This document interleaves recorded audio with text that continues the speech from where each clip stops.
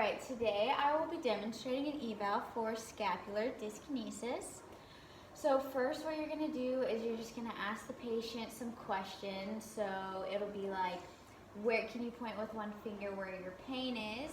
And for this particular pathology, it'll usually be pain right around the coracoid process in the shoulder and along the scapula, so along the superior scapular spine, and also a lot in like the posterior cervical region of their spine. So ask them that. Also, what kind of pain are you feeling? Usually they're going to have like a dead arm feeling or just weak in their arm. You could also ask them if they've had any shoulder injuries before. So this pathology can come up because of a rotator cuff injury or impingement or something like that. So if they've had that before, that would be a good question to ask. Another question to ask is, what were you doing when the pain started? So to figure out if it was an acute trauma that caused it or if it was insidious, and this pathology is going to be more of a gradual onset whenever they come in for that, or also asking them if they've had any increase in activity. So with this pathology as well, a lot of it is going to be rapid increase with activity because it's a degenerative pathology. Next, you are going to be just doing inspections. So you're going to inspect the patient's shoulders from the anterior side of it, from the lateral view, and also from the posterior, especially with the scapula. So you're just going to look for any asymmetry along the scapula here. See if there's any high-rising scapula. With this pathology, usually the dominant arm, the scapula, will be sitting lower on the patient. Also, you can look for any atrophy of muscles. So usually if they're right-handed, they'll have a little bit more muscle buildup in the right shoulder as opposed to the left shoulder. Also, you're just also going to look for any scapular winging that could be caused because of this pathology, where the scapula is being pushed inferiorly and it's going to be almost lifted off of the body a little bit more. So those are a few things you're going to look for. Also, a step-off deformity up in the shoulder right here close to the acromion. Then you'll be doing palpations. So first we'll start with the anterior palpations, and you're just going to feel along the clavicle here. You can start and just feel for any pain, and then move up here to the AC joint and then the acromion, and then you'll have your pec major tendons right here on the inside, and then you'll have your pec majors and your pec minor muscles right around here. And then you'll also palpate the humeral head and humeral shaft to ask if there's any pain or tenderness along there. Usually with this pathology, you're going to have more tenderness on the posterior side, and that you will palpate the spine of the scapula, which is going to be superior right here, along with the medial borders and the lateral borders of the scapula.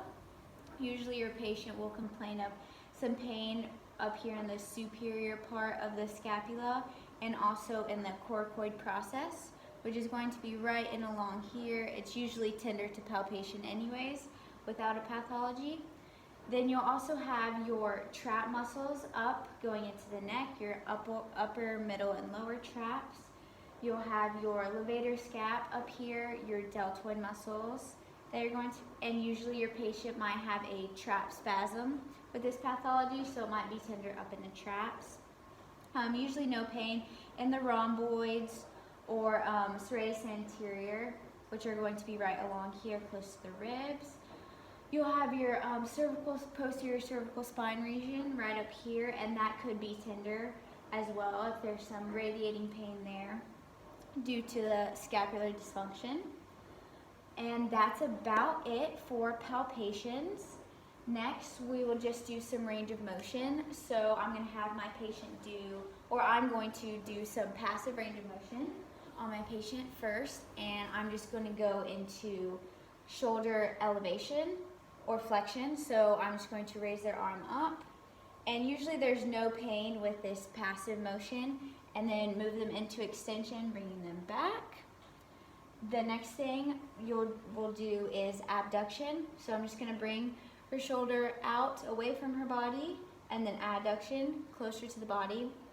Next, I'll just do horizontal adduction, bring it across, and horizontal abduction, bring it out. And usually, again, with passive range of motion, there will be no pain with any of those. And the last one I'm going to do is external internal rotation. So I'll bend my patient's elbow to about 90 degrees and bring them out into external rotation, and then move their arm back in, pulling it towards their belly button for internal rotation.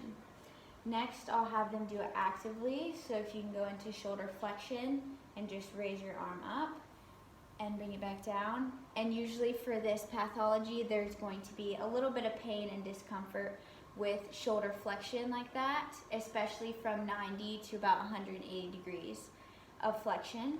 Next, I'll just have my patient go into extension, bringing it back. Good, and there should be no difficulty with that. And then abduction, bringing it out, and adduction, bringing it back in. And then horizontal adduction, bringing it across, and then abduction, bringing it back out. Perfect. And then external rotation, so you're going to bend your elbow and bring it out. And then for internal rotation, you can go back and kind of just like scratch your back, and that'll be internal rotation. So also with this pathology, there might be a little internal rotation deficit, which we call GERD, and so the patient could have a little bit less internal rotation, especially if you're an overhand athlete. Next, I will do some manual muscle testing because there'll be some weakness in some of the muscles with this pathology. So first, I'm going to do just have my patient go to the wall and just do a push-up along the wall.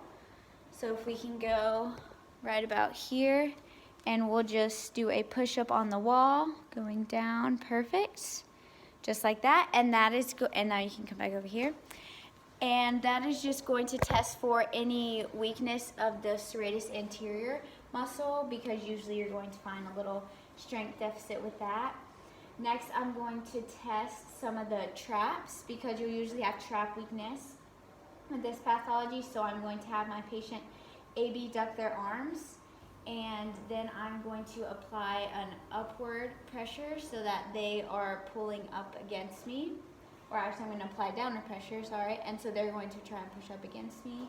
Good, and if there's any strength deficit with that, then that is going to be a positive for this pathology as well. Another thing that you can test for is some internal, external strength deficits. So if my patient can bend her elbows just like this, and I'm going to push in for external rotation, she's going to push out against me, and then vice versa. And there is potentially a little bit of strength deficit with that as well. The final step you're going to do is just a few special tests to kind of clarify if this is the actual pathology. So first, I'm going to do some neurological testing. So I'm going to test the C4 to T1 nerves. So the first one is going to be C4, so I'm just going to ask her, do you feel this? And then apply pressure on her shoulder, and just, actually I'm just going to stand here and have her do a shoulder shrug, so she's going to duck, good. And so there should be no deficits for neurological symptoms in this either. So then for C5, I'm just going to ask her if she feels this. And then I'm going to have her abduct her arms again, and I'm going to push down and chesting for motion with that.